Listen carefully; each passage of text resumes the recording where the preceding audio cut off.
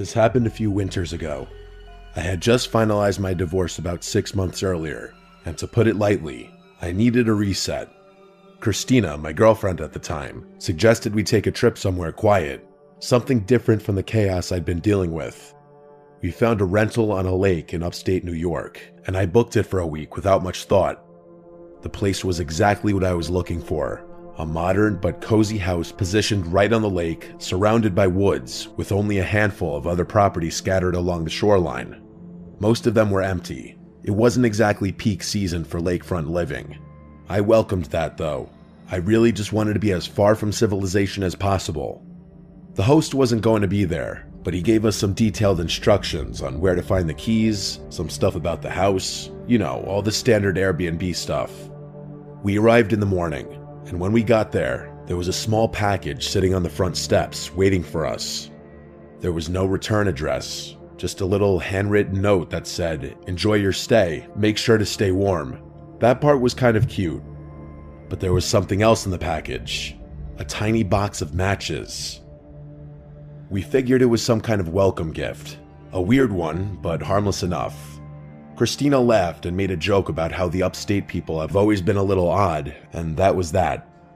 The next 2 days were exactly what we wanted. Long hikes through the snow, hot drinks by the fireplace, total peace and quiet. Oh yeah, I should probably mention that the snow had been steadily falling since we arrived. Not quite a blizzard, because there wasn't that much wind or fog, but there was enough snow to make the landscape feel untouched. It was perfect. I think it's a good time to describe the layout of the house, at least somewhat. The master bedroom where we slept was on the second floor.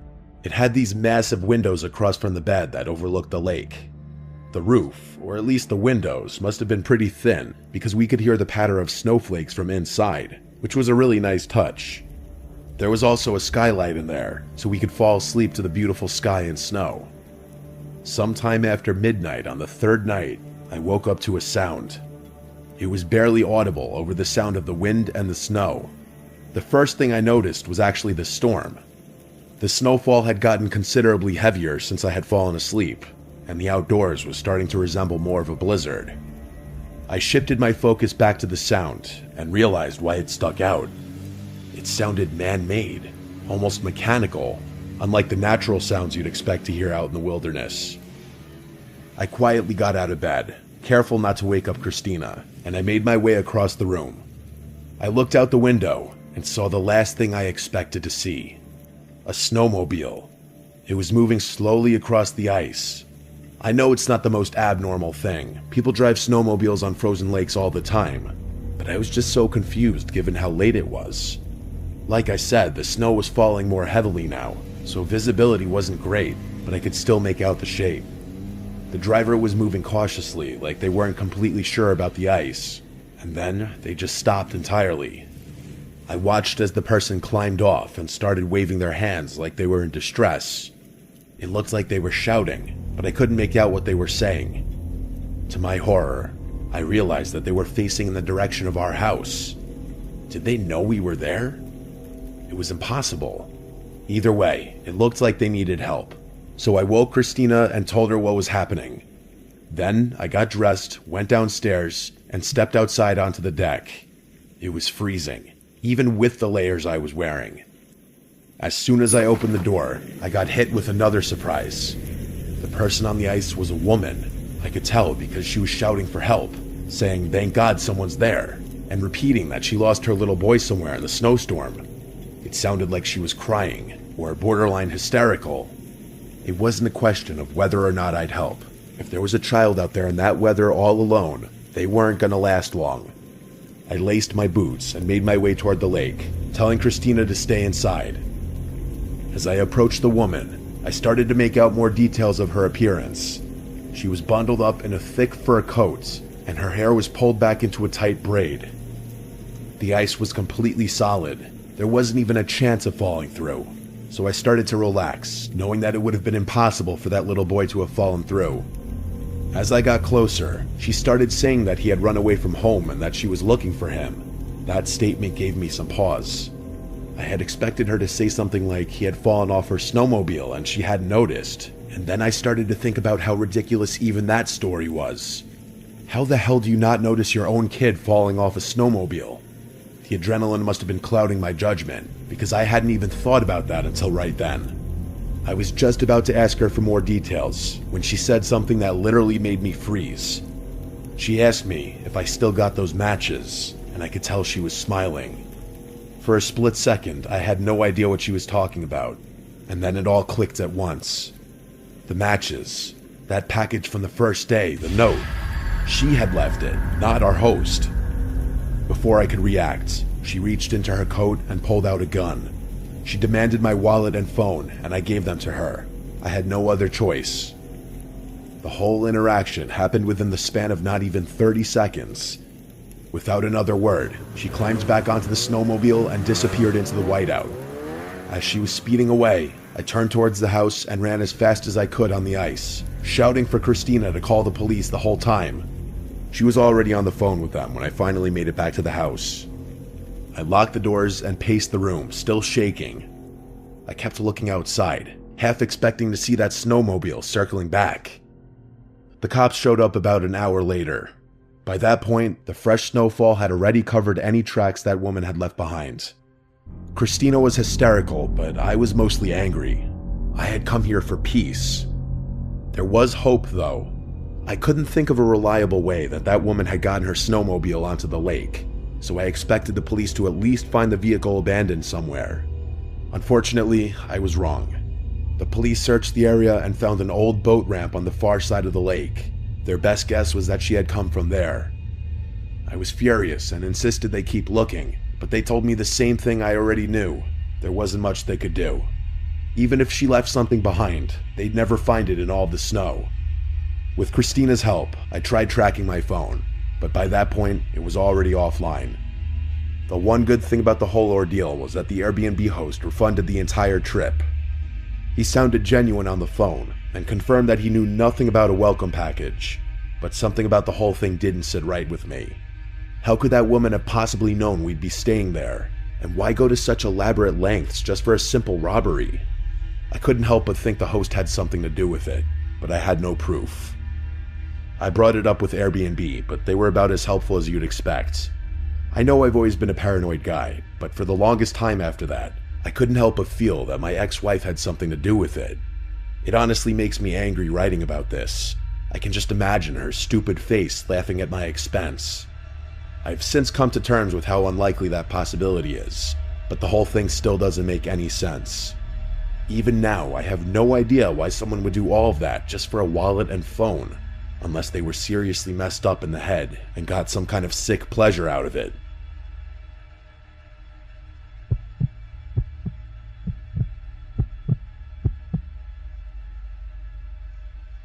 My family owns a Northern California lake house that we visit for a couple of short weeks out of the year during primetime summer weather. It's 2 stories tall with an attic. When my younger sister and I were little, we used to climb into the attic and pretend we were camping with sleeping bags. We would even bring our puppy up there. There was one small window in the attic that we would peer through to look down at the lake. We always got a kick from watching people. In our early teenage years, we got a bit too big for both of us to stay in the attic comfortably, so that put an end to our sleeping bag antics. Looking back, it was a little sad, but everyone's got to grow up eventually. When our grandparents died, my parents inherited the remainder of their furniture.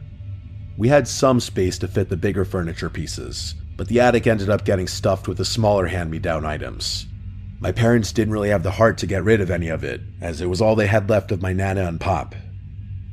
It felt bittersweet putting all of my grandparents' stuff up there, but it felt reassuring knowing that little pieces of their most cherished items were still watching over us in a way.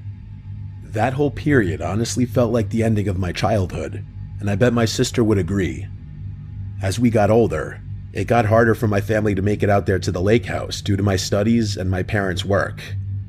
At best, we could all maybe get a singular week off for a family trip, but nothing beyond that. My parents didn't really want to rent it out during the many months we weren't there because they were scared of getting their antiques ripped off or broken by sketchy tenants. So for most of the year, it was more or less abandoned, only really being kept up by the landscapers my parents had to deal with. But a few years back, they met a local elderly veteran now working as an antique craft restorationist, and eventually signed a year-long lease with him, trusting him not to rough up the place. He was a small, disfigured man with white hair and one of those gruff, greasy beards. We all thought he looked a bit bizarre, with a gravelly, off-putting voice to match. But my dad bonded with the guy over his military background. My dad told us reassuringly that none of us understood what it was like to lay your life down for your country, and that guys like him were deserving of a good deal on a place to stay. We didn't really have a say in what my dad decided to do, but I can tell firsthand that this elderly man seriously creeps me out. Besides just that, we were all a bit sour about my dad signing the lease with the guy because it also meant that we wouldn't be able to visit the lake house in the summer. Anyways, my parents could use the extra cash while putting us through college, so my sister and I got over it. Even though our parents trusted him to keep the place from burning down, they would periodically check in on him through a little prodding from the landscaper workers. Plus, my parents had to make sure he hadn't fallen or had any issues that had gone unnoticed. These indirect check-ins seemed like the perfect solution. We stayed out of his nose, but still got peace of mind. You might call that a little invasive, but this guy was getting a great deal on the place anyway. I guess an elderly, crusty guy in his twilight years couldn't really care less about occasional questions from laid-back landscapers now and then. It wasn't like he was going to be able to physically keep the lake house in shape by himself anyway. My dad reasoned that his rent at least covered the maintenance. Despite it looking like he'd been a decent tenant, that all went out the window when the maintenance guys pointed out his predatory behavior to my mom over the phone. They told my mom that while doing landscaping for the neighbors' yards, they'd often spot him sitting weirdly on the porch, staring at the children by the lake. They said they had caught him doing other things too that I don't really feel comfortable repeating. My mom was a real saint, and absolutely loathed the idea of a disfigured old man eyeing children while being a tenant in her beloved lake house. For months, she talked my dad's ear off about it until he couldn't take it any longer. I still remember my mom screaming at him about how irresponsible it was for us to be accommodating a potential predator. My dad finally cracked. When the end of the year-long lease was up, my dad tried to let him down easy. He had high respect for him as a veteran. My dad lied and told him that they planned on having some work done to the house that would leave him without electricity or plumbing for a few months. The guy left without too much of a fuss. It wasn't like the money my parents had made off of him was great. They assumed he'd be able to find another spot just fine. My mom told my dad to stop worrying about him so much. My mom wanted him out of there as quickly as possible, so we even paid the landscaping guys a little extra to help him grab his belongings. Admittedly, I was also kinda happy to see him gone. It had always felt weird that someone so strange had basically unlimited access to our house. Anyway, about a year after that, my younger sister graduated college, so my parents seized upon the opportunity, clocked in their sick days, and flew us out for a summer trip at the lake house. My parents had recently gotten a black lab mix named Bear, who my sister hadn't met yet, so she was especially thrilled. I'll skip all the irrelevant stuff, but by the time we actually made it to the house, the sun had just started setting, so we decided to leave Bear inside while we grabbed dinner in town. The house wasn't stocked with groceries or anything, so we didn't really have another option. Before we left, I noticed Bear was acting strange. His ears were perked up and he kept pacing, like he was waiting for something. I figured he was just restless from the long trip and brushed it off. We weren't gone long, just enough time to eat and let the heat die down. But when we stepped back inside, something felt off, like seriously off. Before I could say anything, I saw Bear. He was sprawled out at the foot of the stairs, panting hard. My sister screamed, and I realized there was blood smearing the floor beneath him. My mom immediately pulled out her phone, presumably to call 911. Without a word, my dad made his way into the kitchen and grabbed a knife. I followed suit, and the two of us slowly made our way around the house, searching for the intruder. By the time we made it to the top floor, my dad motioned for me to stop. It took me a second, but I ultimately realized what he was looking at. The attic hatch was open. It wasn't wide open, just cracked, but enough that we could see the faint glare of a flashlight shining down. I'm not proud to admit it, but I was petrified in fear in that moment. If it weren't for my dad, I don't know what would have happened. Without hesitation, he yanked the hatch and started bounding up the ladder. I didn't follow this time, I was too scared. I listened, expecting to hear some kind of fight, but no such sound came. Instead, a few moments later, my dad climbed back down the ladder, seemingly calm. He whispered to me that it was our old tenant, and I could tell that he was really torn about what to do. My mom eventually came running up the stairs, and when she found out what was going on, she started screaming at the top of her lungs. My dad wanted to let the guy go, but my mom wasn't having it. She had called the police already anyway, so that was that. When the police arrived, they went up to the attic and carried the guy down the ladder. He looked like he was in really bad shape, and I could tell my dad had nothing but sympathy. The police found our house key on his person, which also angered my mom because my dad had told her that he had changed the locks. Luckily, Bear survived, although he was seriously injured. As awful a thing as that man had done, my dad refused to press charges no matter what my mom or sister said to convince him. That was actually one of the biggest fights my parents ever had, and I never understood why my dad had so much sympathy for someone who had literally stabbed his dog. This all took place about a year ago, and we haven't been back to the lake house since. I really hate to say it, but this experience seriously tainted my childhood image of that house. I can't say I want to go back anytime soon.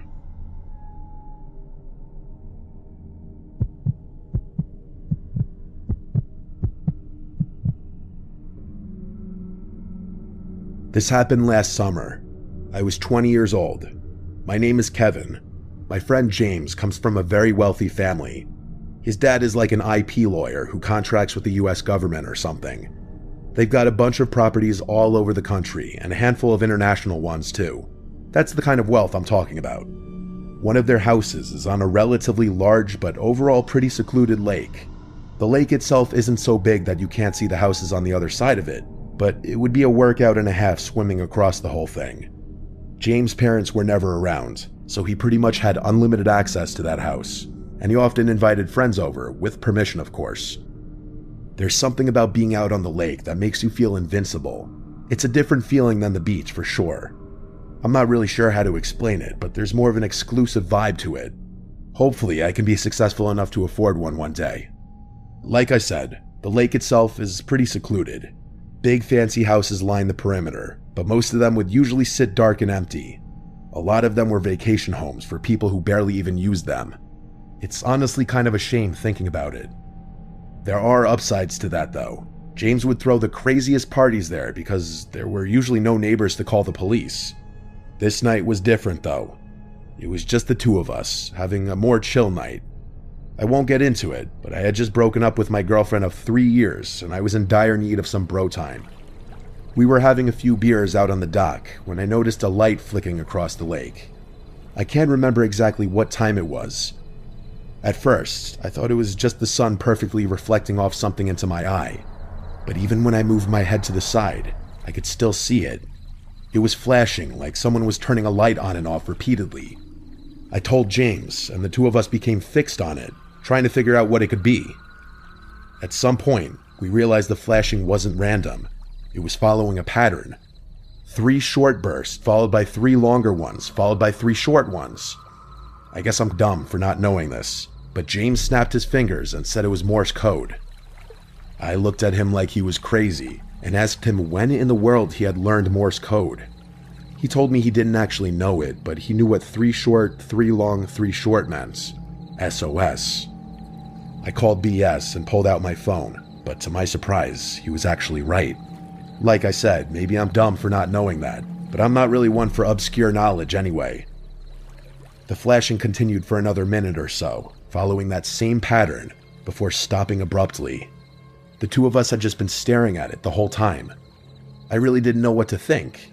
It could have been a joke, but there was always that chance that someone was actually in trouble. James immediately suggested calling the cops, but I reminded him that we'd been drinking and we weren't legal yet. I was honestly fighting a DUI charge at the time, so the last thing I needed was another run-in with the police. He wasn't thrilled about that answer, and I could tell he was torn about the situation. The two of us couldn't really think of a rational explanation besides a kidnapping or something along those lines. We thought it might have been someone who had fallen and needed help, but that didn't make any sense because they probably would have just called the police. We've always been those adventurous, delinquent type guys, so we decided it was worth checking out ourselves. If it turned out to be serious, we'd call the police then. We went back inside. James' brother had a bunch of switchblades lying around his room. He was kind of a weird kid. So we grabbed a few of them just for peace of mind. James said he was good to drive and that we should drive around the lake to that house, but I told him I really wasn't comfortable with that for obvious reasons. He joked about my situation and I laughed it off. If we weren't driving, there was only really one other option. The two of us walked back out to the yard and dragged James' dad's kayak into the water. We were laughing at first, enjoying the adventure of it all, but the further out we got onto the lake, the quieter we got. I think both of us realized how dumb of an idea it was, but neither of us wanted to be the one to spoil the fun. The sun had almost fully set at that point, and it was getting harder to see. It wasn't pitch black or anything. We had light from some of the lake houses to guide us, but it was still a bit unsettling. As we got closer, the house came into view. It was big like the others, but it was obviously not maintained very well. For starters, the dock was half collapsed, literally. Half of it was just sunken into the water. The flashing had also stopped, which was kind of a bad sign too. We had planned on just tying the kayak to the dock, but we obviously couldn't do that anymore given how unstable it looked.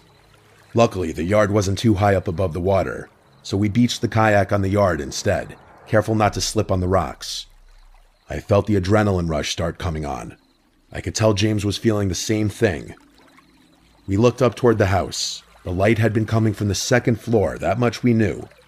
James was freaking out at that point and insisted that we just leave and call the police.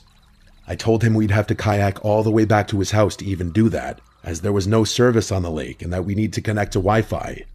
I reminded him that we had explored 1 million abandoned buildings before, and this wasn't too different. He wasn't thrilled with that logic, but agreed anyway. Believe me, I know how dumb this was. Everyone I talk to about this shares that same opinion, but I've never been one to make good decisions, and neither is James. We didn't walk to the front door. That would have been suicide. Instead, we crept around the house until we found a window that was unlocked. The two of us silently slipped inside. The house was empty. Not just abandoned, but empty. Like stripped. There was no furniture and no junk in there either. To be frank, there was no signs that anyone had ever even lived there. The floors and walls were completely bare. We moved cautiously through the rooms, looking for the stairs. There was no one in sight, and all the rooms were just as empty as the first one had been. We finally found the stairs and slowly made our way up. I had made a mental note of where the window was, and we slowly walked down one of the hallways until we got to what I guessed was the room the light had been coming from. I pressed my ear against the door and heard nothing. I glanced over at James. He nodded, and I carefully pushed the door open. The room was empty, with the exception of one thing by the window. I tiptoed over to it and realized what it was. It was one of those old projectors, and it was facing the window. Alarm bells immediately started going off in my head. This was a trap. Someone had set this up deliberately. James must have realized the same thing, because I just heard him start sprinting back the way we had came, not even trying to be quiet. I turned without another thought and followed him. As we were running down the stairs, I heard a door, presumably a closet door, swing open from the room I had just been in, followed by rapid thumping sounds. We bolted down the stairs and back through the house to that first window. James jumped through and I was next. As I was climbing through, I heard those footsteps from behind me again, bounding down the stairs. I didn't even look. I just made it through the window and ran to catch up with James, who was already down by the lake's edge. As I was running to catch up to him, I heard him curse, and I quickly realized why. The kayak was gone. I turned, and from the side of the house, there was a person running toward us. I could barely process what I was seeing. He was fast. I couldn't get a good look at him, but he was big, definitely an adult. I pulled out my switchblade, ready to defend myself. I expected James to do the same, but instead, he turned and jumped straight into the lake. Sneakers, hoodie, everything. I didn't even think, I just followed. The water was freezing, but I didn't care. I swam as fast as I could, trying to fight the burning sensation in my arms and legs. We swam toward the light from James' house, which looked like it was miles away. The swim felt endless, but on pure adrenaline, we made it. By the time we dragged ourselves onto James' dock, I thought I had hypothermia. I don't think I've ever been that cold in my life, We ran straight inside, locked every door, and called the police. It took them almost an hour to show up. It was honestly kind of outrageous. When they finally did, they went straight across the lake to investigate. They were over there for a while, but when they came back, they told us exactly what I expected to hear, that there was no one. They confirmed this house had been abandoned for years. No signs of recent occupancy, no footprints, no gear, no personal belongings, nothing. Just an empty house. They weren't happy with us. They gave us the whole "why didn't you call first" speech. James's parents were even more pissed when they found out. Let's just say I wasn't invited back to the lake house after that. James told me his parents were threatening to sue the town for allowing something like that to happen, and the police for refusing to investigate further. As for me, I still don't know what happened that night. I don't know who was in that house, or why they set that trap, or what they planned to do if we hadn't run. I don't think I want to. Most of my friends agree that it was a trap, and think that whoever was planning the whole thing got cold feet until the last minute. I really don't want to think about what would have happened if they had gone through with whatever they were planning on doing.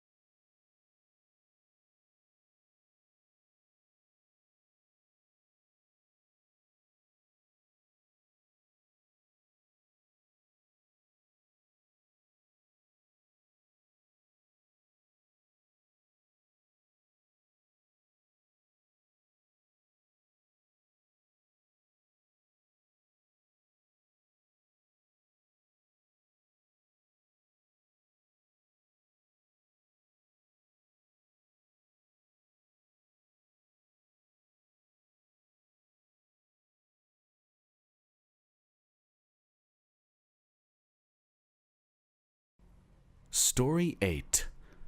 Trapped in the Collapsing Quarry. Asher, Kira and I had been best friends since college, united by our shared love for adventure. This particular camping trip was destined to become one of our most unforgettable memories. We had been planning this one for weeks. The idea of spending a weekend in the mountains, away from the hustle and bustle of city life, was too enticing to pass up. Our backpacks were stuffed with camping gear, snacks, and a sense of excitement that only the promise of untouched nature could bring. The drive up the winding mountain roads was filled with laughter and anticipation. We talked about the trails we'd hike, the stars we'd gaze at, and the stories we'd share around the campfire. As we set up our campsite, the crisp mountain air filled our lungs, and the stunning view of the surrounding peaks took our breath away. We felt invincible, ready to take on whatever adventure came our way. That night was perfect. Clear skies, a warm fire, and endless stories as we sat around, eating and drinking. This was exactly the escape we had been craving, and we couldn't have asked for a better start to our weekend in the wild. After a few drinks, we felt an urge to get up and explore the surroundings, excited to make the most of our night. Grabbing a burning torch, we decided to wander around the area, hoping to discover something intriguing. After a short walk, we stumbled upon a hidden cave entrance, partially concealed by overgrown vines and foliage. Our curiosity got the better of us, and we were eager to investigate further. Stepping inside the cave, the temperature dropped noticeably. The air was damp, and the walls were slick with moisture. It wasn't long before we realized that this wasn't just any cave. It was an abandoned quarry. The realization was both surprising and exciting. The cavernous space was vast, with old, rusted mining equipment scattered around. We could hardly believe our luck. This was an incredible find. Despite the eerie atmosphere, we pressed on, driven by the thrill of discovery. The deeper we went, the more fascinating it became. Strange, echoing sounds filled the cavern, likely just the wind or distant animal calls, adding to the mysterious allure of the place. At one point, Kira stumbled over a loose rock, causing a small landslide of debris to cascade down one of the walls. We exchanged amused glances, laughing off the minor mishap. As we ventured further, we came across a narrow passage that seemed to lead even deeper into the quarry. Giggling together, we excitedly squeezed through, hoping to find something extraordinary. The path led us into an even larger chamber. The air was thick with dust, and the ground beneath our feet felt a bit unstable. Suddenly, a gust of wind blew through the chamber, strong enough to snuff out our torches. We were plunged into darkness. For a moment, the three of us stood still, our breathing the only sound echoing in the vast cavern. I could feel the tension in the air, but none of us wanted to admit we were a little scared. "Great, just what we needed," Asher muttered with his usual sarcastic tone.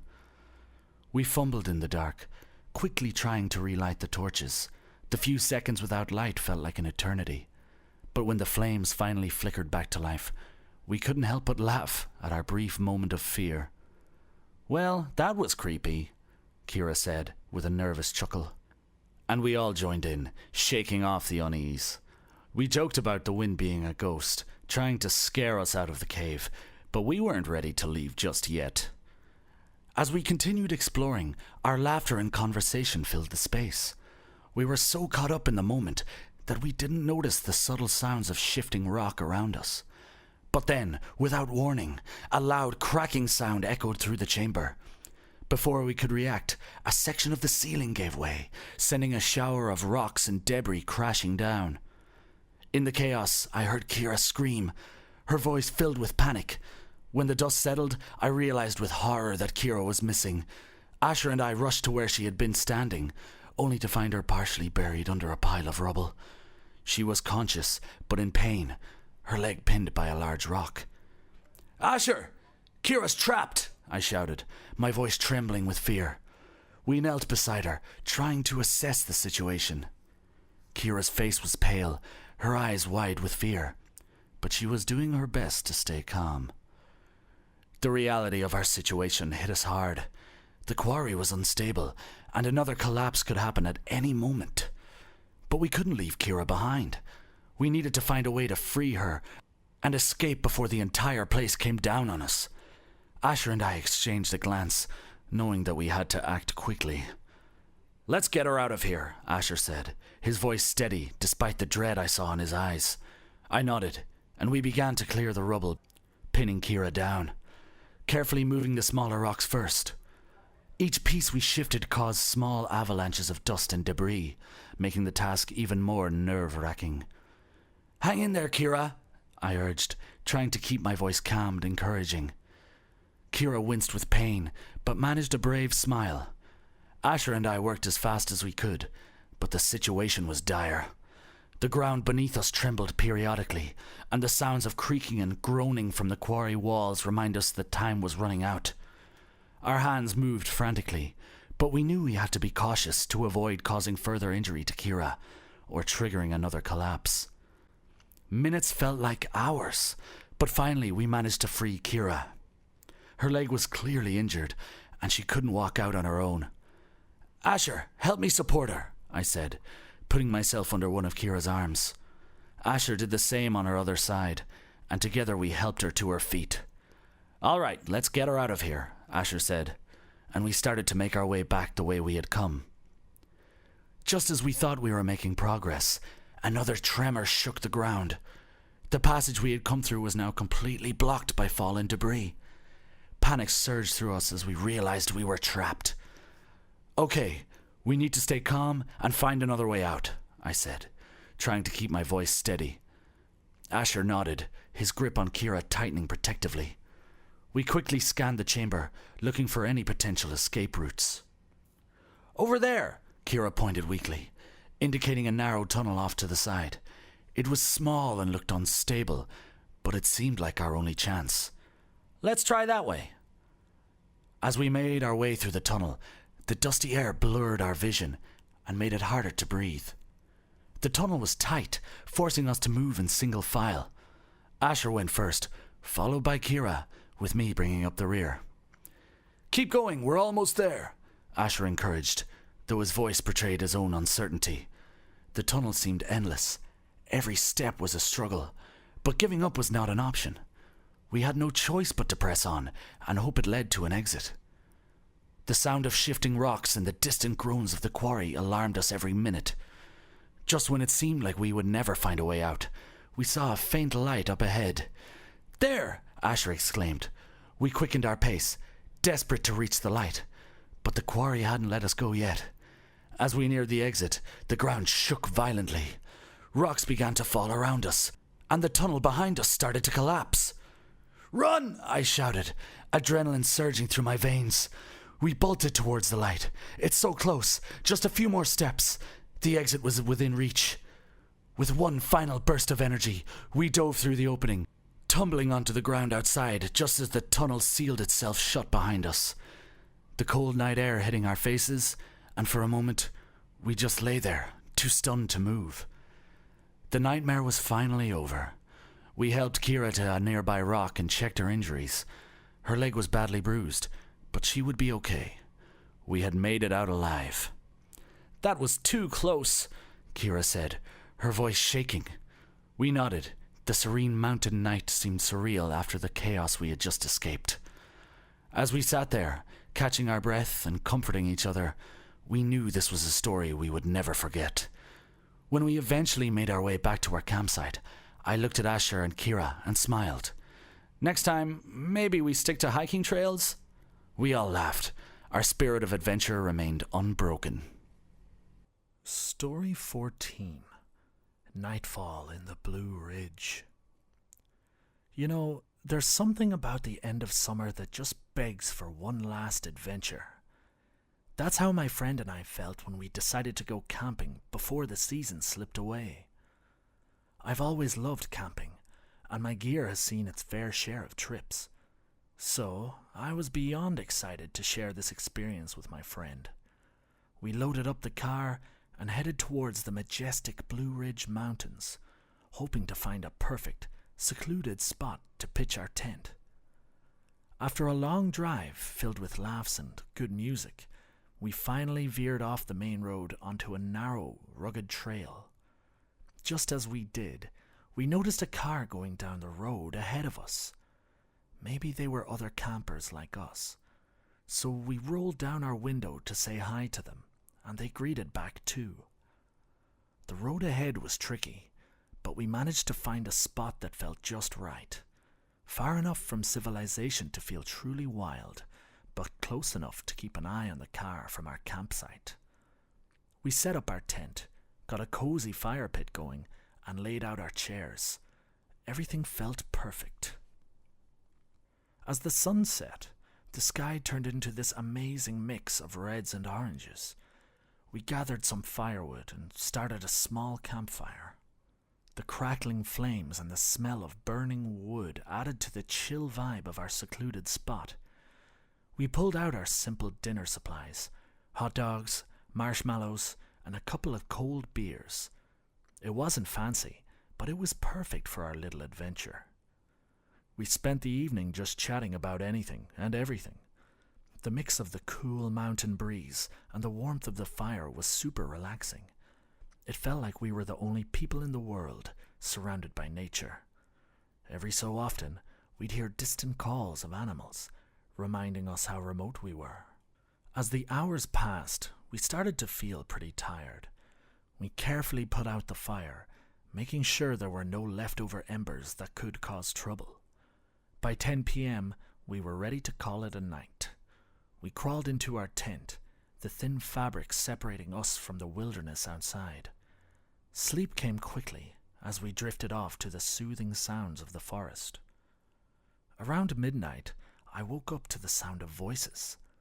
At first, I thought I was dreaming, but as I shook off the sleep, I realized it was real. My friend stirred next to me, and I whispered, "Do you hear that?" We both listened closely, trying to figure out what was going on. It sounded like a conversation, but it was too far away to make out any words. Half asleep, we figured it must be other campers we saw on our way in. Maybe they were just having a late-night chat around their own campfire. We tried to ignore it and go back to sleep, but the voices kept bugging us. They weren't loud, but they were persistent, carrying through the quiet night air. As the minutes passed, the voices seemed to get closer. We couldn't shake the uneasy feeling creeping over us. It was strange to hear people talking at this hour in such a remote area. My friend and I exchanged nervous glances, but we tried to tell ourselves it was nothing to worry about. Just then we heard it, the sound of digging. We lay there listening, trying to figure out what was happening. The voices were closer now, and the digging was rhythmic and relentless. I whispered to my friend, "I'm gonna go check it out." Then quietly, I unzipped the tent and slipped outside. The night was pitch black, and I crept toward the sounds. From my hiding spot, I saw them. 3 men digging a hole in the ground. Next to them was something long, wrapped in a nylon bag, about 6 feet in length. I felt a chill run down my spine. This was not good. I rushed back to our campsite and told my friend what I saw. His eyes widened in fear. We had to get out of there, and fast. We packed up our necessary stuff as quickly and quietly as we could, then slipped out of the tent. The men were still digging, thankfully not paying attention to us. Once we got outside, we started toward our car. Our footsteps seemed so loud on the forest floor, and I kept looking back to make sure we weren't being followed. Finally, we made it to the car. We jumped in and locked the doors. While I fumbled with the keys to start the engine, my friend immediately called 911 and reported what we had seen. As soon as the car roared to life, we took off down the narrow trail, trying to put as much distance between us and those men as possible. Every bump and jolt on the rough path felt like it might give us away. We didn't dare stop until we reached a paved road, where we finally felt safe enough to take a breath. Then, out of nowhere, an old sedan was driving towards us, its headlights blinding. As it got closer, it slowed down, and I could see a man's face through the window. His eyes looked haunted, and a chill ran down my spine. We watched the car in our rear-view mirror as it passed us. The trunk was slightly open, and I caught a glimpse of something that looked like the nylon bag I had seen earlier. My friend and I exchanged a quick, terrified glance. Without a word, I hit the gas, and we sped away. We drove straight to the nearest town and pulled over to call 911 again. This time, we gave them every detail we could remember. The men, the digging, the nylon bag, and the old sedan with the haunted-eyed driver. The operator said they'd send a patrol car right away and told us to stay put until the officers arrived. We stayed on the line, answering questions and trying to stay calm. After what felt like forever, we finally saw flashing lights as a police car pulled up. One officer stayed to take our statements, while the others headed to the campsite to check things out. The night seemed to drag on as we waited for news. Eventually, the police came back and told us they'd found the hole, but no sign of the men or the bag. It looked like the guys had taken off after spotting our tent, but the creepiest part was that the tent had been torn, and inside, the police found a note that made my blood run cold. I remember you. Story 9. The Stranger by the Campfire. This was our annual gathering, a tradition we had maintained for years. Tom, Lisa, Maeve and I, we had known each other since college, and despite the twists and turns of life, this annual camping trip kept us connected. Each summer we chose a different spot for our adventure, and this year it was the secluded beach that caught our eye. We had chosen a secluded spot, far from the usual tourist areas, to ensure we had the beach all to ourselves. Tom and I were in charge of pitching the tents, ensuring they were secure against any surprise gusts of wind. Lisa was setting up the camping chairs, ensuring we all had a comfortable spot to sit and chat. Maeve was organising our food supplies, making sure everything was ready for our beachside feast. Everything felt perfect, as if nothing could disturb our little paradise. As the sky turned from orange to a deep purple, and stars began to peek through the dusk, we gathered around the fire. The warmth of the flame against the cool breeze from the ocean was comforting, and we were in high spirits. We chatted, laughed, even sang and danced around. Suddenly, I noticed a figure in the distance, walking along the shoreline. At first, I thought it was just another camper enjoying a night walk. As the figure drew closer, I could see it was a man, alone, with a backpack slung over one shoulder. He seemed harmless enough, and we thought nothing of it, continuing with our evening. The stranger approached our campfire and greeted us with a friendly wave. "Mind if I join you for a bit?" he asked, his voice smooth and pleasant. We exchanged glances, and despite a flicker of hesitation, we nodded. After all, camping was about making new friends and sharing experiences. He introduced himself as Jack and settled down by the fire, blending into our group seamlessly. He seemed well-travelled and had a knack for storytelling, which added to the evening's charm. As he shared stories of his adventures, we found ourselves laughing and engaging with him. Maeve, sitting closest to me, whispered, "He's got some interesting tales." I nodded, feeling at ease. Jack's presence, initially a surprise, started to feel like a bonus addition to our gathering. We shared our food and drinks, and Jack reciprocated with some snacks he had in his backpack. The night was going perfectly, and any earlier unease had completely vanished. The mood was light and cheerful, and we all appreciated the new dynamic Jack brought to our annual trip. We were just a group of friends, old and new, enjoying a beautiful night on the beach. At one point, Jack suggested we play a game of charades. We eagerly agreed, and he proved to be quite the performer, adding a lot of fun and laughter to the game. His animated gestures and quick wit made him a hit with everyone. However, I noticed Lisa had grown quiet.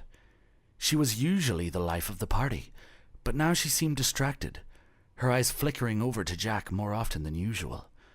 When I asked her if everything was okay, she just shrugged and gave me a small smile. "I don't know," she whispered. "There's just something about him. Something that feels off." I glanced over at Jack, who was laughing with Tom and Maeve, seemingly without a care in the world. I couldn't see what Lisa was worried about. He seemed perfectly normal, even charming. But Lisa's intuition was usually spot on, and her unease made me feel a little wary too. Around midnight, the fire started to die down, and we began to feel the chill of the night air. Jack suggested we gather more firewood to keep the fire going, but we all started to feel the exhaustion of the day. Tom suggested we call it a night and get some rest. Jack's expression changed slightly, and he insisted, "Why don't we stay up a bit longer? The night is still young, and I've got more stories to share." Maeve yawned and said, "It's been fun, Jack, but we really need to get some sleep. We have a long day tomorrow." Jack's smile faded, replaced by a look of frustration. "Come on, guys. Just a little longer. I promise you won't regret it." Lisa, sensing the growing tension, stood up and stretched. "I'm with Maeve. I'm exhausted. We'll catch up more in the morning, Jack."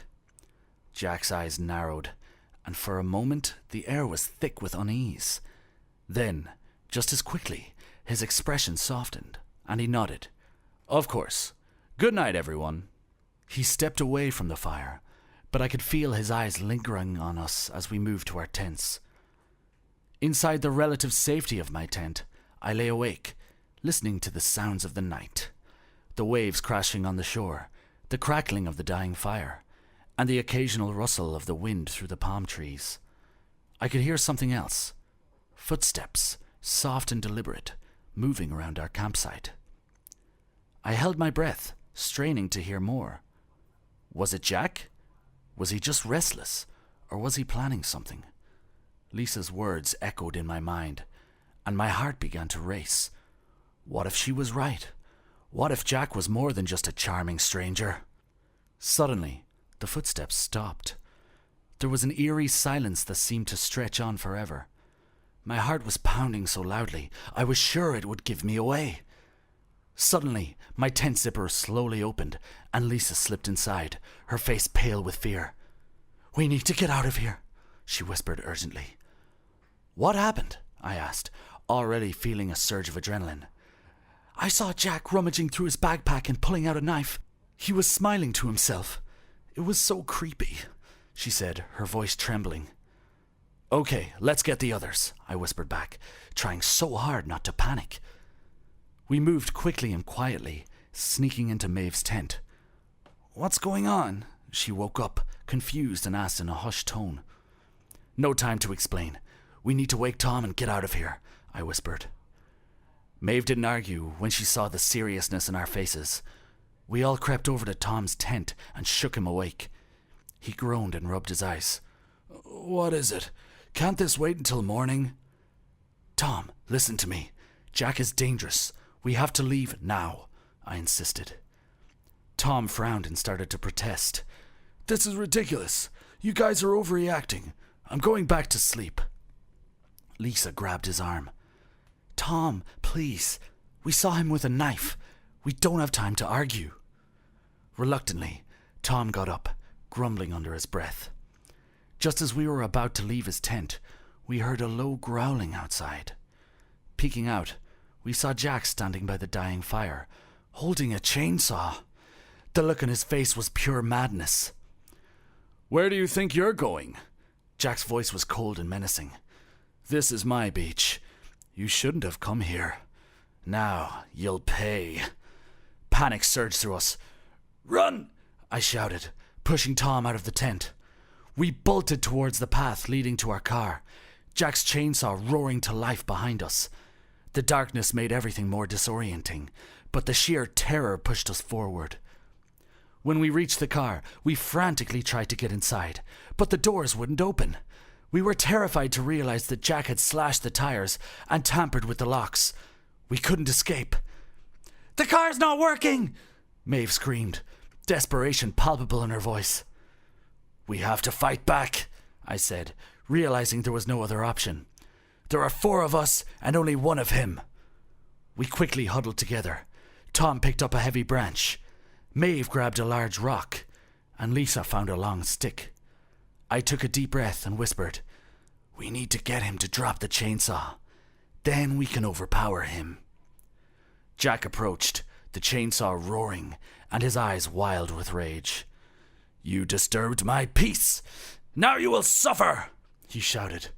I stepped forward, trying to distract him. "Jack, stop! We can talk about this," I yelled, hoping to buy us some time. As Jack advanced towards us, Tom threw the branch at him, aiming for his legs. The branch hit Jack's shins, causing him to stumble and lose his balance. Maeve, seeing the opening, threw the rock with all her strength, striking Jack's arm and causing him to drop the chainsaw. It landed on the sand, sputtering to a halt. Seizing the opportunity, Lisa and I rushed forward. Lisa used her stick to knock Jack further off balance, while I tackled him to the ground. Tom quickly joined in, helping to pin Jack down. Maeve grabbed the chainsaw and threw it far away from Jack's reach. "Tie him up!" I shouted, and Maeve quickly used some rope from the back of our car to bind Jack's hands and feet. With Jack securely tied up, we sat down, catching our breath and trying to calm our racing hearts. "We need to get to the nearest town and get help," Lisa said, her voice shaking. "We can't leave him here," Tom said, looking at Jack's unconscious form. "We'll take shifts watching him until morning. Then we'll figure out how to get out of here safely." As the night slowly turned to dawn, we kept a vigilant watch over Jack, ensuring he wouldn't cause any more harm. He continued thrashing and cursing, keeping us on edge, but we knew he was just a crazy man. When the sun finally rose, we flagged down a passing car on the nearby road and called the authorities. The police arrived, taking Jack into custody and assuring he would face justice. Even though everything seemed to return to normal, it was an experience none of us would ever forget. As we gathered our belongings and left the beach, we recounted the whole experience and felt immensely grateful that none of us got hurt. Finally, we went our separate ways, promising to stay in touch and plan another trip soon. This time to a place with more people and less isolation.